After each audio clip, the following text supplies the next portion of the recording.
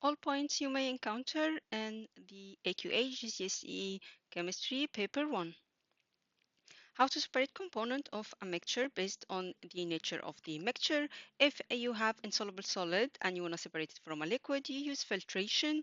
If you have a soluble solid and you want to separate it from a liquid, then you use either evaporation or crystallization. And if you want to separate solids mixed together, then that will depend on the nature of solubility of the mixture, like rock salt when you have sand and salt. And you can use solubility first and dissolve the mixture where only the salt will dissolve. The sand will not dissolve. You can filter to separate these two, and then the filtrate can then be crystallized so you can get the soluble salt. If you want the liquid from a solution, mainly from soluble solid, then you can use simple distillation. But if you have mixture of liquids and you want to separate one of these liquids or the different liquids, then you can use fractional distillation. The development of the model of the atom starts with John Dalton, who visualized the atoms as tiny spheres that cannot be divided. And then J.J. Thomson, who has described the plum pudding model, where he described it as positively charged balls with negative electrons embedded in it. Rutherford is the one who described the nuclear model. The nuclear model is different from the plum pudding model, which is a very common question in the exam, and three main things. The first thing is that the mass is concentrated at the center of the atom, and the nucleus, which is the center, is positively charged. Electrons are separated from the nucleus, they are not embedded within the positive charge, and most of the atom is empty spaces. Bohr is the one who discovered the energy level. So when they ask you about Bohr, then you need to talk about the electrons, how electrons orbit the nucleus in shells, and that the shells are at certain distances from the nucleus. And finally, Chadwick is the one who discovered the neutrons. And neutrons are the subparticles which are neutral or not charged.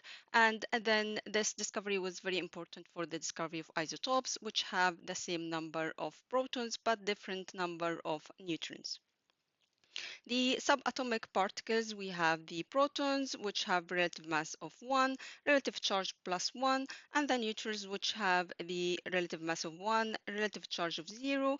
And then we have the electrons, which orbit the nucleus. They are very small in terms of the mass, neglected, and then the relative charge is minus 1. When they ask you about to calculate, give you the atomic number and the mass number and ask you to define or ask you to calculate the number of protons or neutrons, first of all, you need to define atomic number. Atomic number is the total number of protons inside the nucleus. Don't use the electrons in this definition. And then the mass number is the total number of protons and neutrons. Remember that the atomic number is written at the bottom side and the mass number is written at the top. You can use the atomic number to calculate the number of electrons as well because electrons equals protons, and you can use the mass number and atomic number to calculate the number of neutrons because the mass number minus atomic number will give you the number of neutrons. Isotopes are different forms of the same element which have the same number of protons, but they have different number of neutrons. The relative atomic mass, we can calculate the relative atomic mass, which takes into account the percentage of all the different isotopes and their mass. So you can calculate it using this equation, which is the percentage abundance of isotope A times the mass of isotope A plus the percentage abundance of isotope B times the mass of isotope B divided by 100. Sometimes they ask you to draw the electronic structure of a certain element. Remember that always to follow the electron shell rule, where electrons always occupy shells, and you have to fill the lower energy shell before you move on to the next one. You need to know that there is a maximum capacity for each shell. So the first one has a maximum capacity of 2 electrons, the second one 8, the third one 8. The development of the periodic table starts with Mendeleev table. Mendeleev took all the known 50 elements at this time and he arranged the element in order of increasing atomic mass. He didn't use atomic number because protons were not discovered at that time and there was nothing called atomic number, so only atomic mass was known. He arranged the element according to their properties and in columns or in groups, and sometimes he switched the order of some of the elements to match the properties of the group they were put in. He also predicted the properties of some unknown elements and he left gaps, and a known element and then new elements, when they were discovered, they fitted well into his table. And then the modern periodic table, it differs from Mendeleev table in that elements are now arranged in order of increasing atomic number, and they are arranged in rows, which are called periods, where elements in the same row have the same number of energy shells. And then we have the columns, which are called groups, and elements in the same group have the same number of outer shell electrons, so they have similar chemical properties. We have Group 1 here, they have one outer shell electron, group 2 have two, and then we have group 0 at the far right, which have full outer shell of electrons. You can find metals and nonmetals in the periodic table, where the left-hand side of the periodic table, you can find the metals, and the right-hand side, you can find the nonmetal. If they ask you, how do you know that this element is a metal or nonmetal, you can say that you can find it either on the right or the left of the periodic table. Group zero elements are the one at the far right, and they have all have full outer shell of electrons. This is why they are unreactive. The boiling points of noble gases will increase as you go down the periodic table, or as you go down the group, and this is because there's an increase in the atomic size. If there is an increase in the atomic size, that means the intermolecular forces of attraction between the particles increases, which means you would need more energy to break these forces of attraction, so there are higher melting point. The group 1 elements are the ones that are found on the far left of the periodic table. They all contain one electron or have one outer shell electron. They tend to lose that electrons when they react with nonmetals, and they form ions with +1 charge. They form ionic bonding when react with nonmetals, where the nonmetals are going to gain this electron. For their reactivity, as you go down, the reactivity will increase. This is because the increase in the size of the atom, which means that the outer shell electrons will become further away from the positively charged nucleus, so less attracted to the nucleus, so it becomes much easier to lose that electron. Again, the boiling point or the melting point of these metals will increase as you go down the group for the same reason, because of the increase of the size and the intermolecular forces of attraction between the particles. These are soft and they have low density. The main reactions of the alkali metal is that they react with water to give you hydroxides and hydrogen. Remember, the state symbol here for the hydrogen is gas, and for the hydroxide is going to be aqueous, and for the metal is going to be solid, and of course water is liquid. They also react with oxygen to give metal oxides, and they react with halogens like chlorine to give salt. So if you have sodium with chlorine, chlorine here is a gas, sodium is a solid, that will give you sodium chloride as a solid because there is no solution here. Group 7 elements, they are called halogens. So group 7 elements are found here. They have 7 outer shell electrons. They exist as diatomic molecules like fluorine, chlorine, bromine, and iodine. And they tend to gain 1 electron when they react with metals to give -1 ions, and they form ionic bonding with metals. With non-metals, they tend to share their electrons to form covalent compound like hydrogen and chloride to give hydrogen chloride. For the reactivity, as you go down the group, the reactivity will decrease. This is because of the increase in the size of the atom, which means the outer shell electrons become further away from the positively charged nucleus. So they are less attracted to the positive charge. So gaining electrons becomes harder. This is why reactivity will decrease as you go down the group. For the melting point as well, the and boiling point, the melting and boiling point will increase as you go down the grid because of the increase in the size and the intermolecular forces. So fluorine and chlorine, the first two in this group, they are very active and they are poisonous and toxic and they are gases. And then bromine at room temperature, it's a liquid. And then if we have iodine, because it's lower down, it has bigger size, then it has higher melting point and it's a solid at room temperature. One of the reactions of halogen is the displacement reaction, where more reactive halogens will displace the less reactive ones from their salts. So if you have chlorine, it can react with potassium bromide to give potassium chloride and bromine. So this is a displacement reaction. And remember why they do that, because they are more reactive because of what we explained about the difference in the size and how the outer shell electrons are further away from the nucleus. Transition metals are found at the center of the periodic table here, and the main question that comes in the exam is related to the difference between the transition metals and group 1 metals. So there are different in physical and chemical properties. So if they ask you about physical properties, you can talk about how the transition metal have higher melting point, or they are more dense, or they are harder than group 1 elements. If they ask you about the chemical properties, you can talk about how the transition metals are less reactive, or they can form different ions, or they form colored compounds, or they can be used as catalysts. So these are all chemical properties. Topic 2 is about the bonding. So let's have a look at all types of bonding in a nutshell. So ionic bonding is the bond that we can see between metals and non-metals, where metals lose electrons to form positively charged ions and non-metals gain the electrons to form negatively charged ions. This kind of bond is very strong because of the strong electrostatic interaction between oppositely charged ions.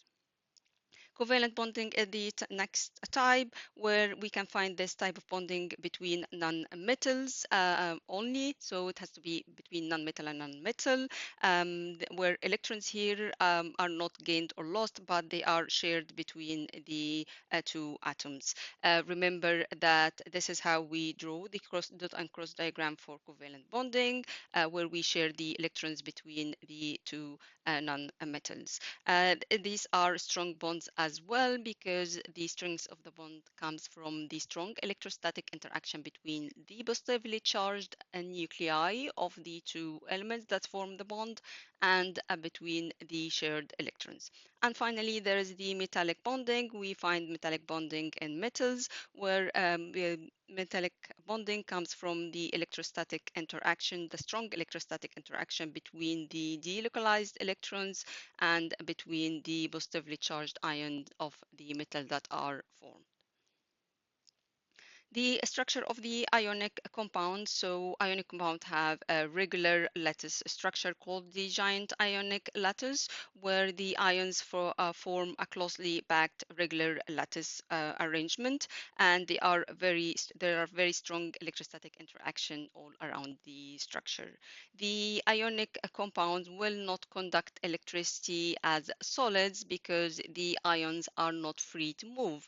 They are joined together strongly within a giant ionic lattice, and they cannot carry the charge. However, when molten, the ions will become free to move and they can carry charges. And if dissolved in aqueous solution, the ions also will be free to move, so they can conduct electricity. The difference between simple covalent molecule and giant covalent structures. So simple covalent molecules are these small molecules which have covalent bonding like oxygen, carbon dioxide, water, and so on. And they have a strong covalent bond between the atoms and the molecule, but they have very weak intermolecular forces of attraction between the molecules. This is why they have low melting point. This is different from a metal from ionic compounds which have high melting point because here the intermolecular force of attraction are very low, so they would need less energy to break these bonds, and so low melting point. They do not conduct electricity because there are no free ions or electrons to move through the structure and to conduct electricity or to carry the charge. Polymers are a type of simple covalent molecule, but they have high molecular mass. So they have higher melting point because the higher the molecular mass, the higher the intermolecular forces of attraction between the molecules. So they will need more energy to break these forces. And then giant covalent structures, a very common question in the exam is to ask you to compare between some of the giant covalent structures like diamond and graphite. So diamond is a very common and question in the exam, where for a diamond, it's one of the allotropes of carbon. It only contains covalent bonding. There is no intermolecular force of attraction because they are giant structure. They are not simple molecules. Each carbon atom is bonded to four other bonds or four other carbon atoms.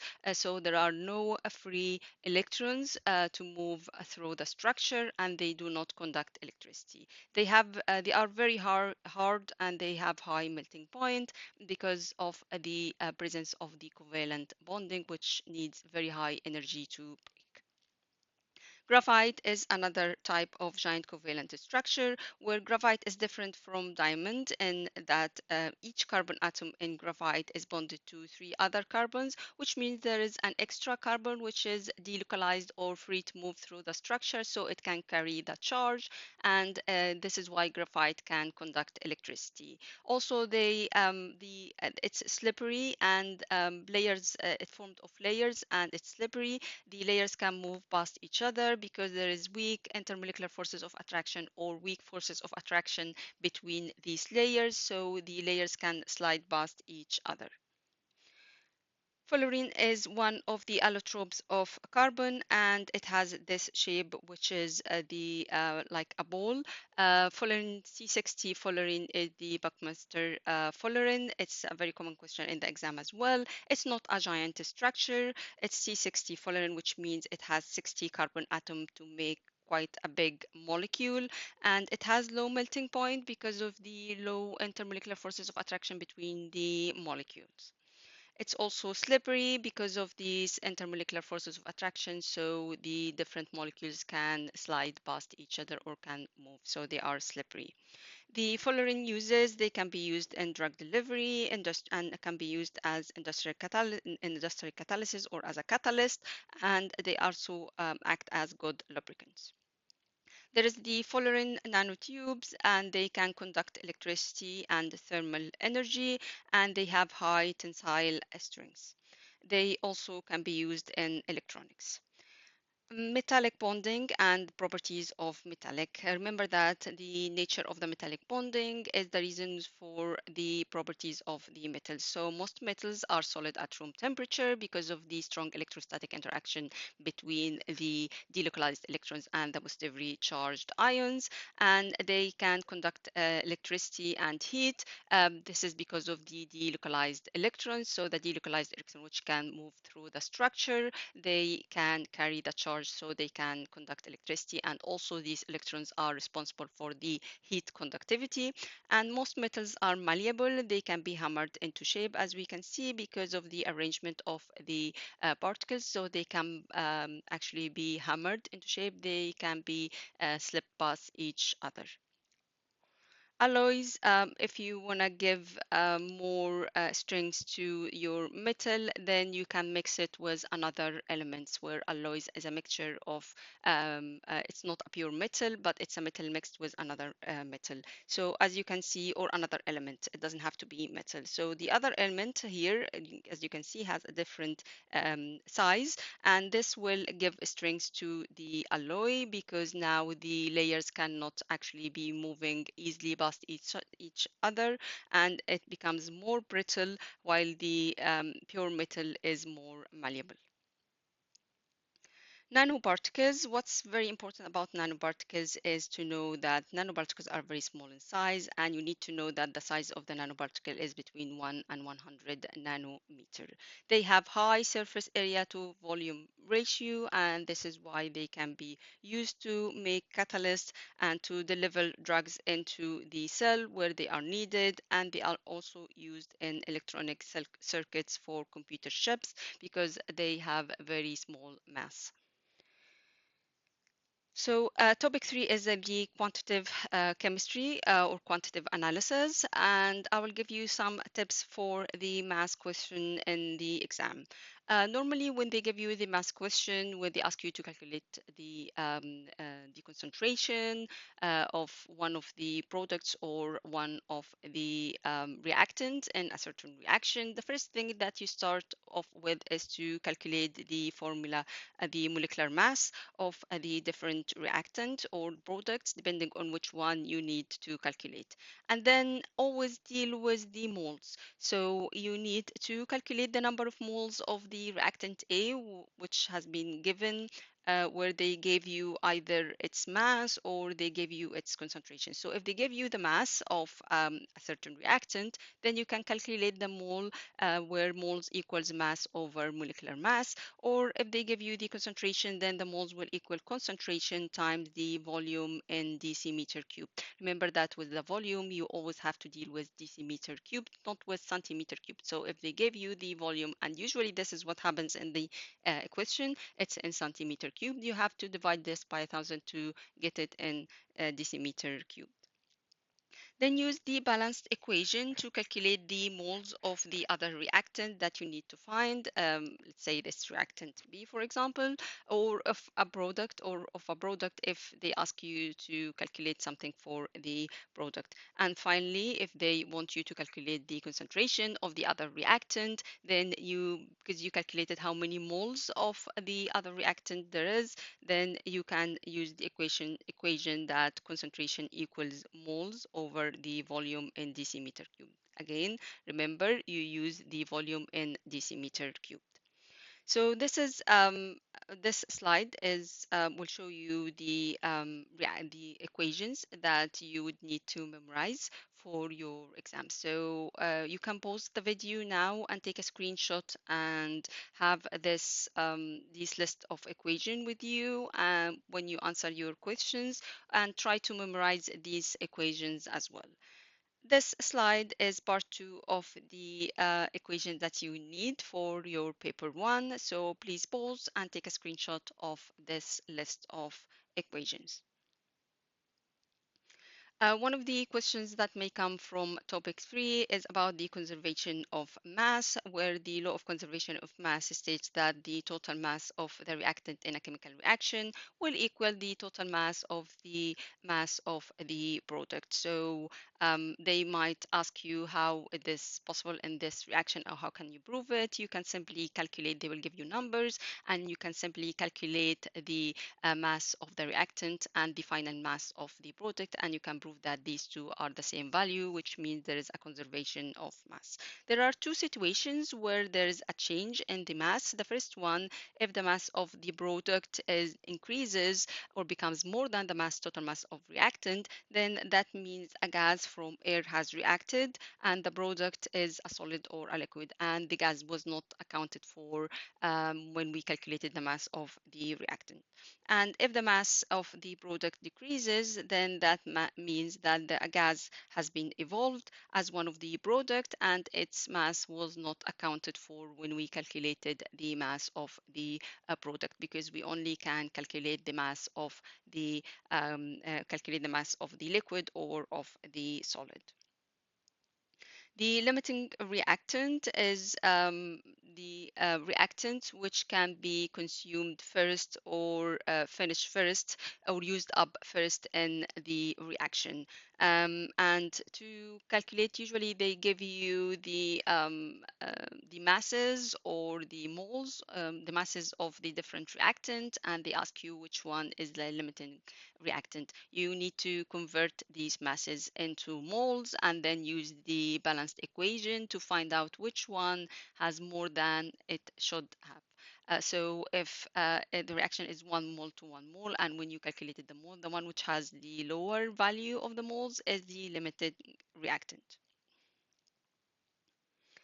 The atom economy for profit and environment, one of the common exam questions is to ask you about the implication of low atom economy on the profit or on the environment. So if a reaction has low atom economy, that means that there is a lot of waste products that have been produced, which might be harmful to the environment. Also, that means a lot of the raw material has been used, which may not be renewable.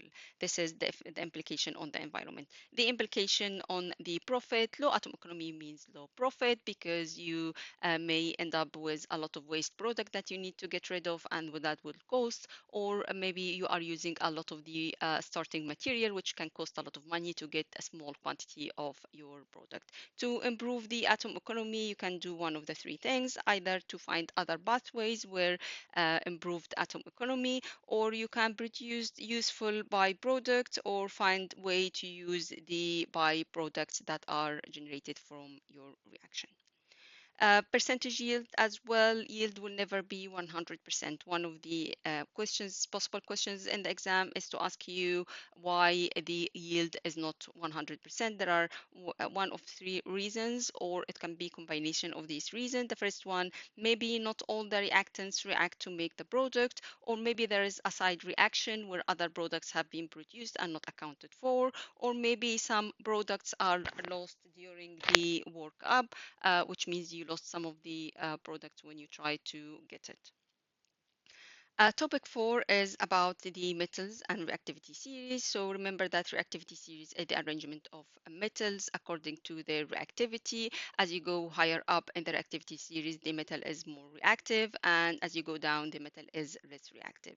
Um, to memorize this, remember that elements from group 1 and group 2 and group 3 are above carbon in the reactivity series. And we have carbon and hydrogen, which are non-metal in the reactivity series. And this is important because elements which are more reactive than carbon, which are above carbon in the reactivity series, cannot be extracted from their metal ores using carbon because they are more reactive than carbon. And metal below carbon in the reactivity series can be extracted from their metal ores using carbon. Hydrogen is important as well because metals which are above hydrogen in the reactivity series, as we can see here, they can react with dilute called acids, while metals which are below hydrogen in the reactivity series will not react with dilute called acids. The reaction of metals with waters. Some metals can react with water to give you metal hydroxide and hydrogen. This is important to know this equation, the word equation, and also the equation with how to write the equation, the molecular equation with the state symbol. Hydrogen here is going to be a gas, and the metal hydroxide is going to be aqueous. Water is liquid, and the metal is solid. And then reaction of metal with acids. So acids, metals which are above hydrogen in the reactivity series can react with dilute called acids to give you salt and hydrogens, while metals which are below the metal interactivity, below the hydrogen interactivity series will not react with cold dilute acid, but they can react with hot acids or concentrated acids, like copper, for example. The redox reaction is the reaction where you can find oxidation and reduction in the same reaction, because when one element is oxidized, another, or when one substance is oxidized, another one is reduced. In terms of losing and gaining electrons, oxidation is loss of electrons, so any element that loses electron will be oxidized, and any element that gains electrons will be reduced. How to write the redox equation? There are three main type of equation where we can see or three types of reaction where we can see these redox reaction, and we can write the redox equation for. The first one is reaction of metals with acids, like iron with hydrochloric acid. That will give us salt with, which is iron chloride and hydrogen. Now you have to know how to write the half ionic equation and the ionic equation. The half ionic equation will only show the oxidation alone or the reduction alone. So here iron was oxidized because it lost two electrons. So iron gave you the ion and the electrons, and the hydrogen ion here from hydrogen chloride has been reduced because it gained electron to give you the hydrogen gas. The ionic equation only deals with the ions that has been oxidized or reduced. So you don't use the electrons here, and you don't also use the spectator ion, which is the ion which has not changed, like chloride here in this equation. Also, hydrogen displacement reaction is the same. It's one of the redox reaction, chlorine with potassium bromide, where the bromide has been oxidized because it lost electron. Chlorine has been reduced because it gained electron to give you the chloride, and this is the ionic equation. And also metal displacement reaction, the more reactive metals will displace the less reactive metals from their salts. So if you react iron with copper sulfate, because iron is above copper in the reactivity series, so it's more reactive, it can displace the copper from its salt to give you iron sulfate and copper as a metal. Then iron here has been oxidized because it lost electrons, and the copper has been reduced because it gained electron. Again, this is the ionic equation. All what you need to know about electrolysis. So electrolysis uses electricity to generate a chemical reaction. In electrolysis, you have two electrodes, negative and positive electrode, and you have a source of electricity. You have electric current here, and the two electrodes have to be immersed in an electrolyte. The electrolyte can be either a molten ionic compound, or it can be aqueous solution of ionic compound. Remember that solids of ionic compounds can not be used as electrolyte because the ions are not free to move in the solid state. They have the giant ionic lattice, so they cannot carry the charge and they cannot be used as an electrolyte. What happens in the during electrolysis? So the electrolytes contain negative and positively and negatively charged ions which can move. So the positively charged ions will move towards the negative electrode, where they become reduced as they gain electrons, and then the negatively charged ions will travel to the positive electrode, and they become oxidized because they lose electrons. Electrolysis of molten ionic compound, as an example, is sodium chloride, where you have the two electrode, positive and negative. The chloride here has this is molten ionic compound. So the chloride has the negative charge, so it moves to the positive electrode, and chloride here loses the electrons, so become oxidized to give chlorine. The sodium, on the other hand, has a positive charge, so it moves to the negative electrode, and it become reduced because it gains two electrons. One of the common exam questions is to ask you about the electrolysis of aluminium to extract aluminium from its ore, which is aluminium oxide. So in the extraction of the aluminium oxide to extract aluminium from its ore, which is aluminium oxide, first thing that you need to know that for electrolysis here, we use molten aluminium oxide. However, aluminium oxide has a very high melting point. This is why it's mixed with cryolite, because cryolite will reduce the melting point of aluminium oxide, and then less energy will be needed to melt it to get the molten aluminum oxide, and this will reduce the overall cost of the process of electrolysis, because electrolysis is a very costly process. Now, the electrode we use is graphite. So we use graphite here as electrodes. We don't use metals. What happens in the reaction is that aluminum moves toward the negative electrode where it become reduced to give you the aluminum metal, and the oxygen moves toward the positive electrodes and become oxidized because it loses electron.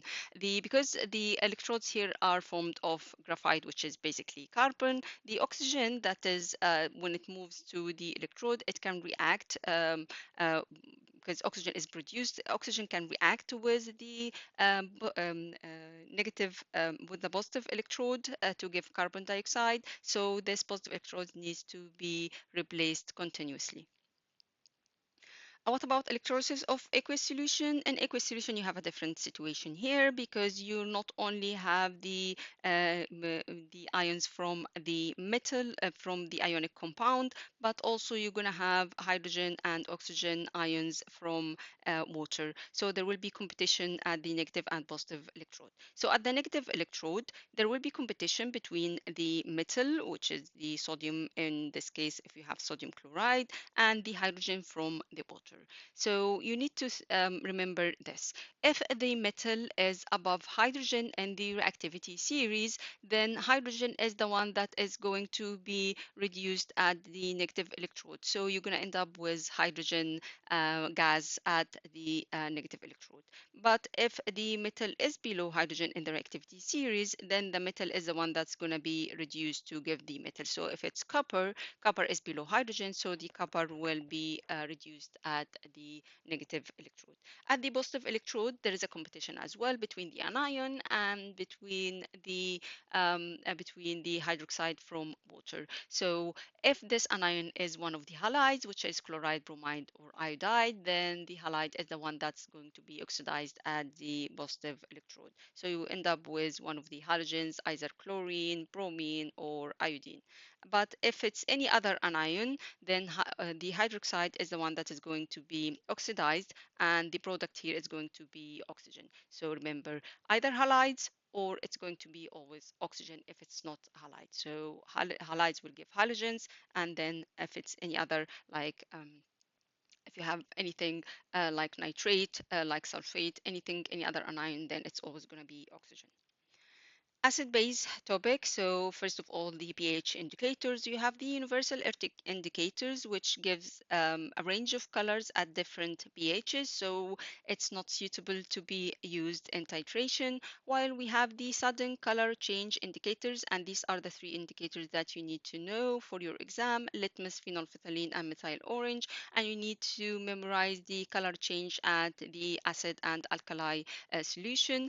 These will give you a sudden change or distant color at the neutralization point or at the end point for the titration. So they are best used for titration.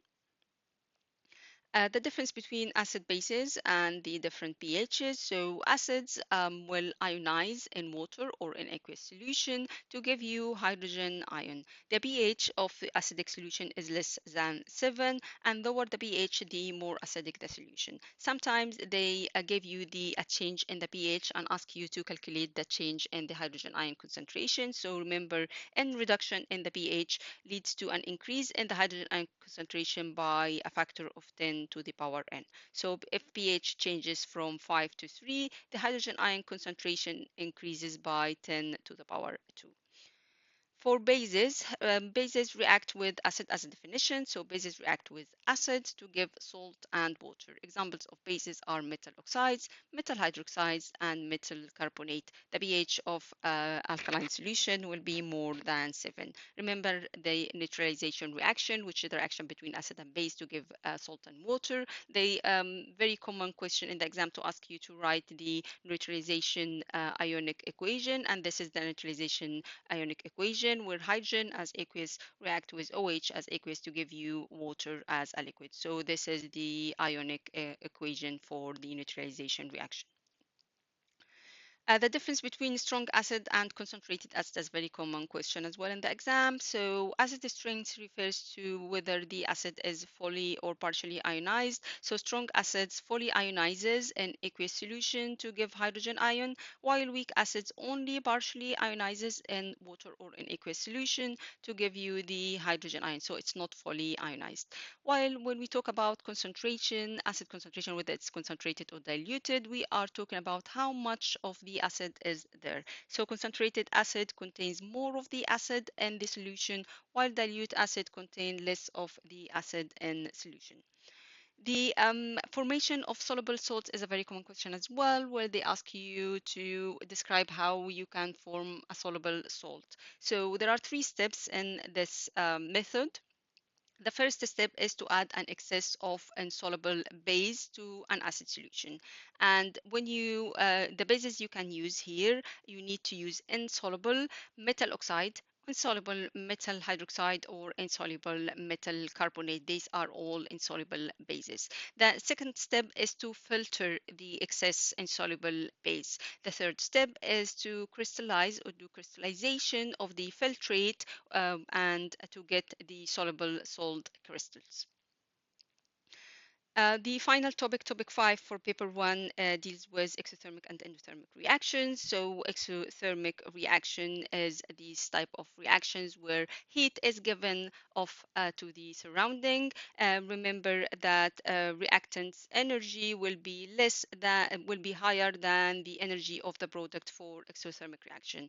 They usually ask you to draw the energy profile and to label the activation energy and the overall energy change. So this is for exothermic reaction. Remember that the products have lower energy, and the activation energy is the difference between the energy of the reactants to the top point of the energy profile, and the overall energy change is the difference between the energy of the reactants and the energy of the product. The overall energy change for the exothermic reaction is negatively is an it has a negative value.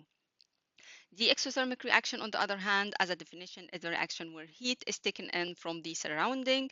The reaction here, the reactant energy is lower than the energy of the product. Again, activation energy would be the difference between the energy of the reactant and the top point, and the overall energy change is the difference between the energy of the reactants and the products. The overall energy change here is going to be positive value. Cells and batteries is the last topic we will cover for paper 1. So the difference between electrochemical cells and electrolysis is that electrochemical cells uses chemical reaction to generate electricity, while electrolysis uses electricity to generate chemical reaction. So in electrochemical cells, you have two electrodes here, and the electrodes have to be metals, and they have to be two different metals. If you use the same metals, no electricity will be generated in the electrochemical cell. And these two metals will be, or two electrodes, are connected together by a wire from the outside. Don't connect them within the electrolyte here. So just connect them from the outside. And there is a voltmeter here which measures the voltage change. And then these are two are immersed in an electrolyte, and the electrolyte will have ions which can move and which can react with the electrodes. So a chemical reaction between the electrolyte and the electrodes will generate electricity.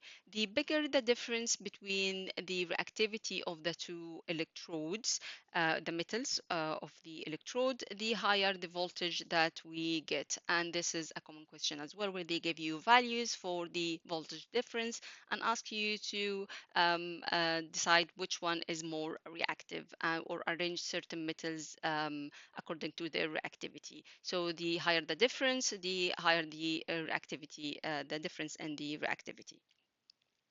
The hydrogen fuel cell, the most important point you need to know about the hydrogen fuel cell, which is the very common question in the exam, is the equation. So in hydrogen fuel cell, hydrogen react with oxygen to give you water. So this is the reaction that takes place in hydrogen fuel cell. The ionic equations as well, you need to know that because sometimes they ask you to write the ionic equation. So you can write the ionic equation for hydrogen, where hydrogen gets oxidized to give a hydrogen ion and loses two electrons, or oxygens get reduced where it reacts with hydrogen ion and it gains electrons to give you water. So these are the two ionic equations. Sometimes they ask you to write both or to write just one, at least one. So you need to familiarize yourself with these equations. And finally, if they ask you about hydrogen fuel cell, a very common question would be to differentiate or to evaluate the use of hydrogen fuel cells versus rechargeable cells and battery. So remember that hydrogen fuel cells are easily or quickly refueled, while the rechargeable cells and battery, they have to be connected to electricity source, so they take a very long time to be recharged. The hydrogen fuel cell, the batteries do not need to be replaced, but the rechargeable cells, they have a certain life, so they need to be replaced eventually. Hydrogen itself is a gas, so it's very difficult to handle, but the rechargeable fuel cells, they do not use hydrogen, they are just connected to electricity source, but they are very difficult to dispose and they are not biodegradable. The only product for hydrogen fuel cell is water, so there is no waste product. It's better for the environment. Although the rechargeable cells also don't have any harmful waste product, but because the batteries have to be disposed at the end of its life when it's replaced, then there is a problem here in the disposal of the chemicals of the batteries inside the battery. And hydrogen fuel cell is less expensive, while rechargeable one is more expensive. A very quick note here is to remember the difference between rechargeable batteries and the non-rechargeable ones. So rechargeable batteries can be recharged as the chemical reaction inside the battery is reversible. So you can reverse the reaction if you connect it to outside electricity source. While non-rechargeable batteries, the chemical reaction inside the battery is irreversible. So once the reactants are used up or the chemicals are used up, then the reaction cannot be reversed and the battery cannot be recharged or reused. Now we get to the end of this video. Please remember to like and share and subscribe on my channel, and good luck with to everyone who is setting this